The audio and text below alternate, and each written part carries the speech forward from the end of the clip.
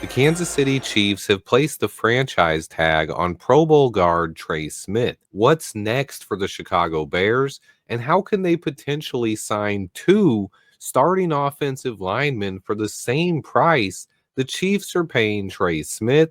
Let's go ahead and get right into it. First off, the Chiefs' Pro Bowl right guard was always a bit of a pipe dream, but I always hoped he would hit the open market, as the Chiefs do have some cap issues and they might end up losing Nick Bolton, who is the leader on their defense. But the Bears still have plenty of options in free agency to not only upgrade the offensive line, but the D line as well. Today, I want to talk about the options they still have to improve the offensive line on the interior now that Trey Smith is officially off the market. Here are my top offensive linemen set to become free agents. To me, Drew Dahlman becomes the easy number one target, being able to stabilize the center position while then looking to sign at least one of these other guards and draft one as well might be the best way to upgrade this O line.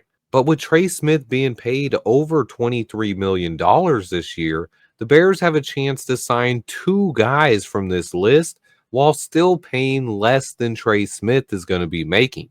Personally, I think signing Drew Dahlman and Kevin Zeitler would really upgrade this offensive line. But we could also go another route here as well. What about signing Colts center Ryan Kelly and pairing him with one of these top guards like Will Fries, Mekhi Becton, or Aaron Banks? We have the cap space to actually sign three of these guys while still being able to add to the defensive line as well. I don't know exactly how active we're going to be in free agency, but I predict we're going to be extremely aggressive. Kevin Warren has even echoed those statements. We should be big spenders in free agency, so I definitely see us trying to add at least two players from this list. And honestly, with Trey Smith off the market, the Bears should be able to add at least two players on the interior of this O line, because this year's class of free agents is much deeper in the trenches than it's been at any point in Ryan Poles' time with the Bears as GM. I have 10 offensive linemen listed here that would all come in and upgrade the interior of this O line.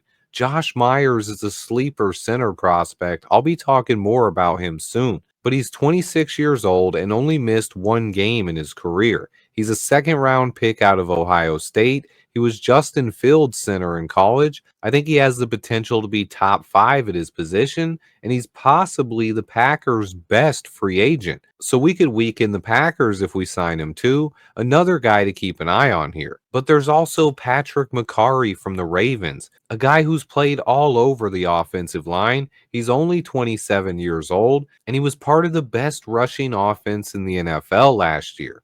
I've already talked about Drew Dahlman, Kevin Zeitler, and Mekhi Becton previously, but just looking over this year's group of free agents, there is a ton of talent. Even if one or two more of these guys reach deals and don't hit the open market, there are still easily more potential free agents at positions in need for the Bears than any of the last 3 years. And Ryan Poles spoke about it himself. He said this market fits the Bears' needs this offseason.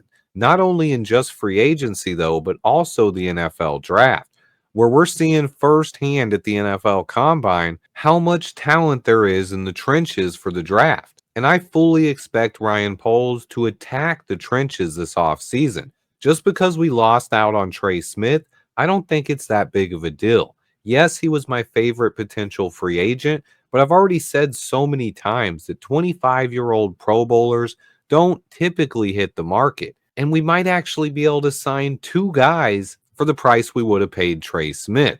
There's also guys like Will Fries, who was rated as a top five guard over the last 2 years by PFF. If healthy, he could potentially be an even better option than Trey Smith.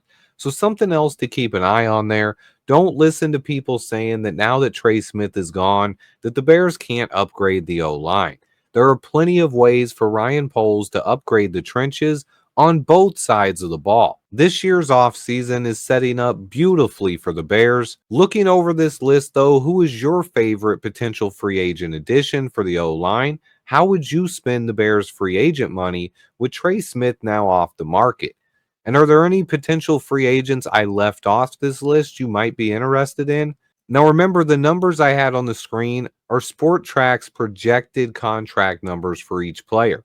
With the NFL raising the salary cap, it was officially set at 279.2 million, still giving the Bears roughly 80 million in cap space. One thing to watch over the next couple weeks though is safety Kevin Byard, as the Bears also met with multiple safeties in Indy today and could potentially be considering moving on from the veteran safety. Cutting him would free up an additional 7 million in cap space, but the Bears could also bring in a young safety to learn behind him for a year. So don't write off Kevin Byard yet. We could still use another safety for depth, especially with Brisker's injury history, and he's entering the final year of his contract. But keep an eye on the Bears bringing in a safety and a tight end as well, either in free agency or the draft. But the biggest priority should be in the trenches. Stay tuned, guys. I'll be here covering it every step of the way. NFL Combine Day 1 continues. Hit that like button for me. Stay tuned. And until next time, bear down.